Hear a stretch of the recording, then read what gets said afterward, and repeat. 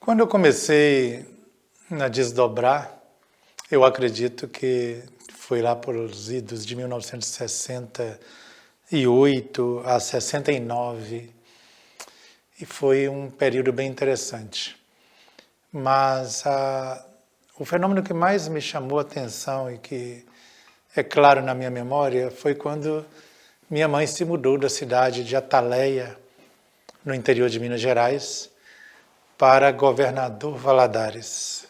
Então vínhamos em um caminhão, minha mãe vinha com parte da família, né, com minha irmã que era mais nova, e meu pai na boleia do caminhão, e com outro irmão meu. Atrás vinha a mudança e o resto da família, e eu atrás, e lá pelas tantas eu tive uma febre, um estado febril, ainda me lembro até hoje, estava chovendo bem fino, e ali mesmo, coberto por um pano qualquer, e também em cima do pano, com a lona do caminhão, a Bá, né, que era uma prima irmã, adotada por Everilda Batista, minha mãe, ela me acolhia enquanto eu estava nesse estado febril, e ali mesmo eu movimentava dentro do próprio corpo, e não sabia, lógico, o que estava ocorrendo, até que, de repente, eu me via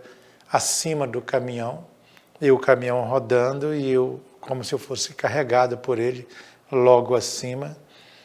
E começou aí, então, uma fase intensiva de treinamentos, né? Eu deveria ter lá pelos 7 anos de idade. E a partir de então, quando já em Governador Valadares, minha mãe já estabelecida na casa com toda a família, ela muitas vezes se sentava ao meu lado, tocava a mão na minha cabeça e como que me acalmando. E nesse momento ela passava a mão mais ou menos assim em mim, e isso me relaxava profundamente, e assim eu ia voando. Saía voando por um campo florido de margaridas, eu olhava de cima, muitas margaridas. E no meio desse campo imenso de margaridas, uma única árvore, imensa, frondosa, linda.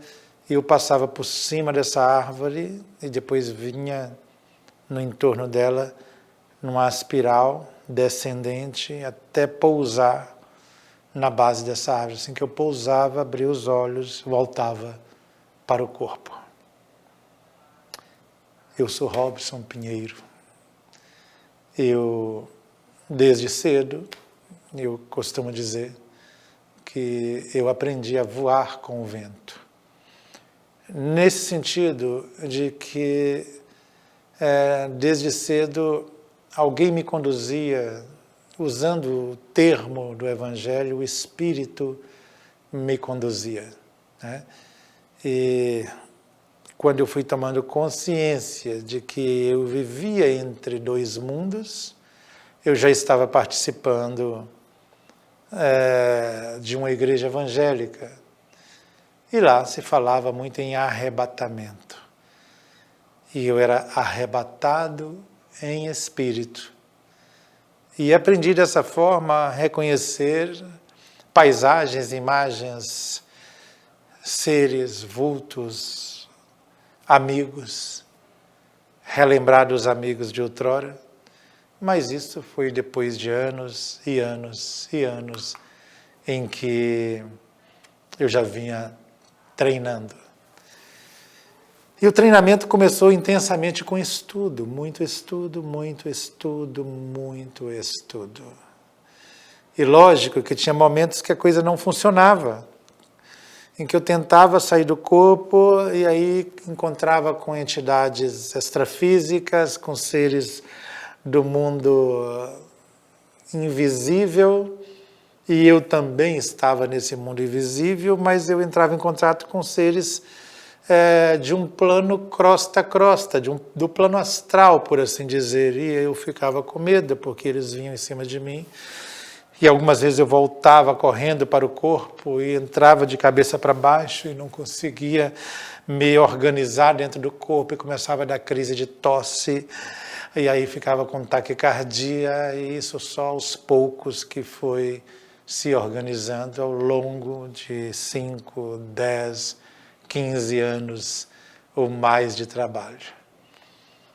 E aí sim, depois de cair, de levantar, de aprender, de ver o que deu errado, o que não funcionava, e eu fui anotando, sempre trazia meu caderno de anotações, eu fui anotando as coisas que funcionavam e fui anotando os exercícios que foram me passados e fui anotando aquilo que os espíritos, com o tempo, foram me transmitindo. E aí formei, então, uma espécie de um roteiro de desdobramento, um roteiro de exercícios de desdobramento. E foi só a partir daí, então, que as coisas começaram a se suceder de maneira voluntária, eu saindo de maneira voluntária do corpo. A partir de então, de um determinado momento, o Espírito Zartu me pediu para que eu não fizesse mais a chamada viagem astral, não saísse por aí sem motivo, não forçasse a saída do corpo, sem um alvo predefinido e sem que os imortais estivessem ao meu lado, me orientando sobre o que fazer, para onde ir e como fazer. E foi nesse momento, então, que o desdobramento alcançou uma qualidade muito grande. Uma qualidade que, para mim, lógico, foi melhorando cada vez mais, porque a partir de então eu só saía do corpo quando os espíritos me pediam no dia e na hora pré-determinada. Quando eu me adequei a esta organização dos espíritos, foi que houve produtividade, foi aí que aumentou o trabalho, foi aí que começou, na verdade, o trabalho verdadeiro, porque até então era apenas em alguns momentos, quase que uma distração, mas sobretudo era um treinamento. O trabalho em si, fora do corpo, começou quando eu me adequei àquilo que os espíritos me indicaram como organização e disciplina. Foi algo que o espírito Joseph Gleber falou comigo. Sem organização e sem disciplina, não há chancela dos espíritos superiores. E interessante que à medida que o desdobramento foi ocorrendo, os trabalhos, as tarefas foram aparecendo do outro lado, e não eram tarefas grandes, eram coisas comuns, que à medida que eu me adaptava, passava 1 ano, 2 anos, 3 anos, as tarefas foram sendo cada vez mais expressivas. Mas, sobretudo, eu precisava estudar. Foi um período que eu mergulhei nos estudos. Eu comprava muitos livros, não tínhamos a facilidade dos computadores. Mas foram indicados livros para mim.